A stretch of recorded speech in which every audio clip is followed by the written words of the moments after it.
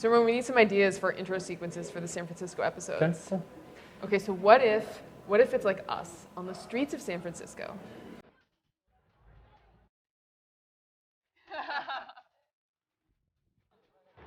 Have you seen the Ignition Show? Do you know where the Ignition Show is?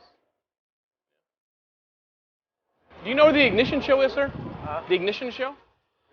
Ignition Show? No? All right, thanks, man. All right, thanks.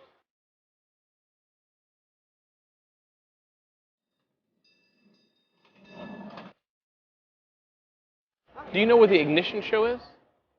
Yeah. Do you know where the Ignition Show is? The Ignition Show? No? Thanks.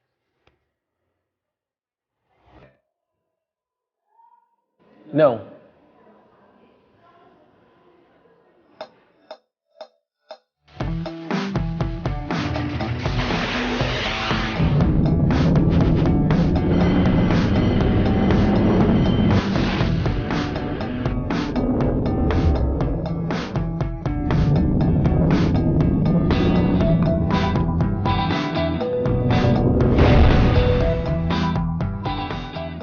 Welcome to the Ignition Show, a weekly show by Infusionsoft where we take one question to help a small business grow their business. I'm Ramon Ray. And I'm Ellis Friedman. And Ellis, please let people know, how can they contact the Ignition Show? You can email blog@infusionsoft.com. Awesome. So let's get the show on the road and tell us what is our question of the day. Our question of the day is from Henry. I've only ever worked for startups and small business. Now that I have a startup of my own with 4 employees, the things I used to do to stay organized and efficient just aren't working anymore. But I don't know how larger startups scale their processes, and more specifically, I don't know how to get my team on board to help us scale ours. Do you have any suggestions on how we can better communicate, capture ideas, and plan next steps as our business grows? Wow, that's a lot of amazing questions we get to the Ignition Show. That's a big question. It is a huge question. Thankfully, we don't have to answer that question. Not ourselves, we don't. We don't. Today we have Simran Thadani, who is the Executive Director of Letterform Archive, which is a nonprofit organization which has a library of typography and design. Welcome to today's show. Thanks for having me. You're welcome. So Sim, where would you start with Henry's question? I would say overall, as a startup grows and wants to scale, maybe the best way to think about this, to scale up, slow down. There are different ways you can do this. Thinking about your people, you have 4 employees, Henry. You've hired these rock stars to work with you. Think about them. Think about how you can leverage their skills, how each individual brings different things to the table, and how you can have empathy and bring them on enthusiastically and individually. There are also great tools, which I'm happy to talk about, and some processes too that I have in mind. So happy to get into all of those things one by one. Great. Well, let's get into some of those tools then. Okay, so I'd say first of all, having good tools to document what you're doing and capture ideas is really, really useful. And it also will take some of the work out of admin for you. So one tool that I love using, and I've used it in previous roles as well as at this one, is called Trello. Oh, we use Trello for our blog. Oh, fantastic. Okay, so then you know exactly what I'm talking about, but just to kind of give an overview, Trello is sort of like a Post-it note wall.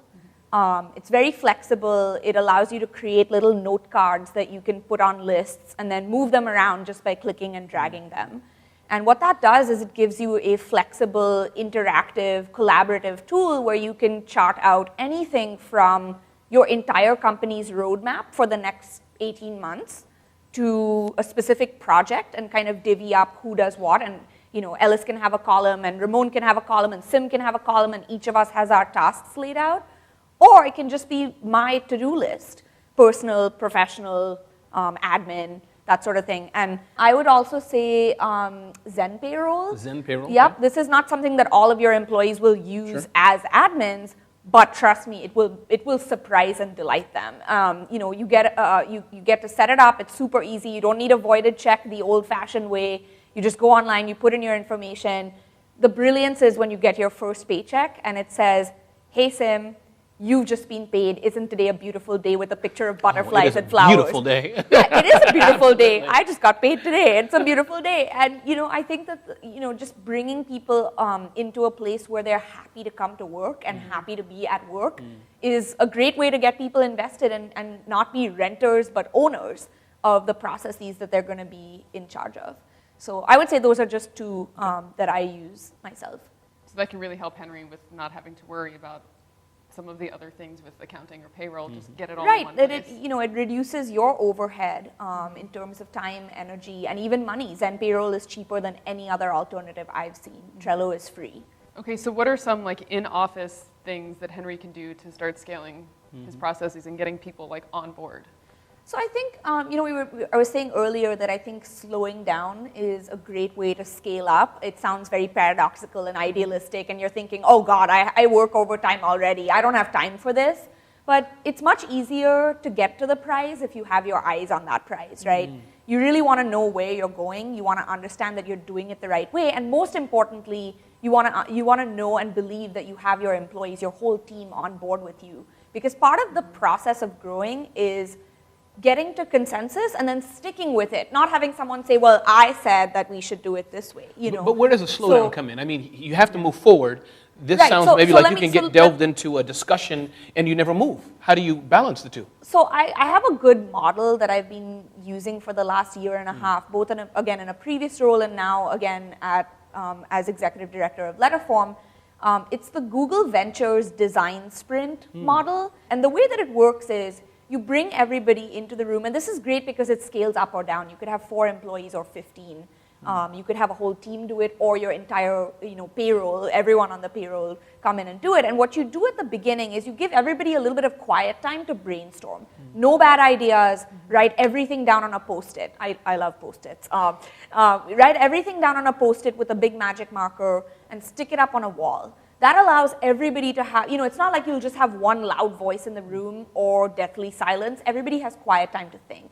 Then you have people come around with little dots or little stars or little even magic markers, vote on their favorites. So this is the convergence angle of it, where first you've gone out, and you'll find, I think, that it's not that one person who has all the good ideas. People will gravitate towards certain things, and you'll see that usually all parts of the company are represented. So all of your employees have something in them that they can bring out and have their colleagues come to consensus on.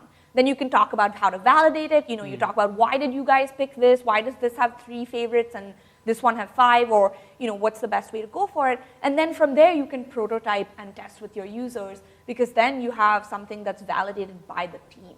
And you've brought out the individual talents, the different perspectives, and I think it works really well, as I said, for any type of project that you're working on. And I've seen that work before, because you can look at the wall and you instantly see, wow, things 1, 5, and 8, everybody loves them. Right. And move forward. Right. Or not, but I've seen that. It's also tremendous validation, not just of the best ideas, but of the people who brought up those ideas. I love it. Yeah, and it'll really get people invested. We can use that for Ignition Show. I mean, we can put our ideas on the wall, and you can vote for my ideas and just put all the... vote for my ideas. Yeah, I guess I could do that too. Well, so how often should teams be doing these sprints? I think that's a really good question, Ellis. It would sort of depend on the company, right? It depends on how often you feel like you need to iterate on something new to improve a process, or when you have something you're working on from scratch. As I said, the good thing about the design sprint is it works in a range of different situations. But it's also not the kind of thing that you want to rely on as a crutch, like, oh, hey, this didn't work, let's go back to the drawing board. Let's meet some more. Let's meet some more. You don't want to get stuck in meetings. You actually, Google Calendar has this fantastic tool. It's a lab that's called 25-minute meetings, and so you don't do 30 minutes. You can schedule any length of meeting you want. Don't get stuck in meetings. But take this time out as a sprint to find the path to the next thing. Don't keep coming back to the sprint if something's not working. Iterate from where you're stuck, right? Don't get, we have to start all over. Be confident in the good ideas that you guys have had thus far, and then take it from there. Awesome. I think that's great advice. Wow. Sim, thank you so much for being here. Thank you very much. Appreciate it. Great to be here. Thanks so much. You're welcome. Thank you for watching Ignition. As I said, a weekly show by Infusionsoft where we take one question to help your small business grow. I'm Ramon Ray. And Ellis, tell us again, how can people reach the Ignition Show? You can email blog@infusionsoft.com. Awesome. Thanks for watching, and don't forget to check out ignitionshow.com to watch past episodes of Ignition and future ones that Ellis and I are going to be doing.